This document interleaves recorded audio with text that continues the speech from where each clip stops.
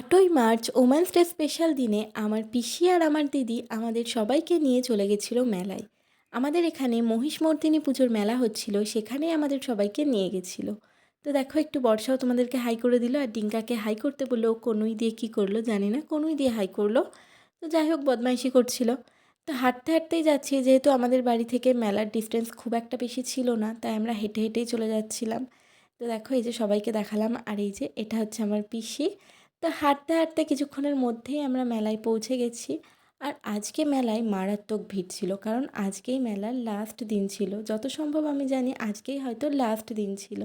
তো মেলায় তো প্রচুর পরিমাণে ভিড় হয়েছিল দেখো। তো কোনো রকমে ঠেলে ঠুলে এখন আমরা চলে আসলাম মন্দিরের দিকে। আর মন্দির প্রাঙ্গণটা কি সুন্দর সাজিয়েছিল দেখো। তো বাইরে থেকেই ঠাকুর দর্শন করে নিলাম, ভেতরে আর যেতে পারছি না, প্রচণ্ড ভিড় ছিল। আর তারপরেই দেখো আমরা ফুচকার দোকানে চলে আসলাম। আজকে ছিল আমাদের নিরামিষের দিন, আমিষ কিছুই খাওয়া যাবে না, তাই সবার ফার্স্টে নিরামিষ ফুচকা আমরা খেয়ে নিলাম। আর ফুচকার টেস্টটা সত্যি বলতে অসাধারণ ছিল। তো আমি একটু ওদের ভিডিও করে নিচ্ছিলাম। দেখো, সবাই মিলে দাঁড়িয়েছিল, এই যে এখানে দাঁড়িয়েছিল ডিঙ্কা। আর তারপরে দাদাটা আমাদের হাতে দিয়ে দিল ফুচকার পাতা।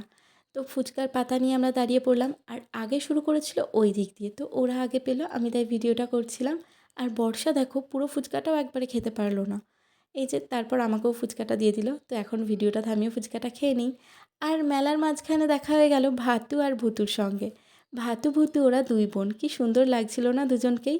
আর তারপরে আমরা খুঁজে খুঁজে চলে গেলাম নিরামিষ ঘুগনির দোকানে। ওই যে আমিষ তো কিছু খেতে পারবো না, তাই খুঁজে খুঁজে চলে আসলাম নিরামিষ ঘুগনির দোকানে। আর ডিঙ্কা মেলা থেকে এই ম্যাজিক বুকটা কিনেছিল, চলো বাড়িতে গিয়ে দেখাবো। তো মেলা ঘোরাঘুরি কমপ্লিট, বাড়ির জন্য জিলিপি নেওয়া হয়েছিল আর ঘুগনি নেওয়া হয়েছিল। তো সেটা নিয়েই এখন আমরা টোটোয় উঠে পড়েছি। আর যতই কাছে হোক না কেন, বাড়িতে আসার সময় কিন্তু আর হাঁটতে একদমই ভালো লাগে না, তাই টোটো করে চলে এসেছিলাম।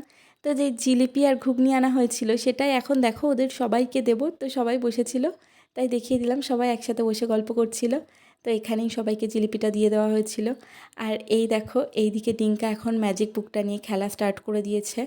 দেখো কি সুন্দর করে, মানে পেনটার মধ্যে জল ভরলে ওটা আর কি ওয়াটার ম্যাজিক বুক, ওটা ড্র করলে ছবিগুলো আপনা আপনিই ভেসে উঠবে। এখানে ডিঙ্কা একটু দুষ্টুমি করছিল। তো চলো, আজকের মতন টাটা।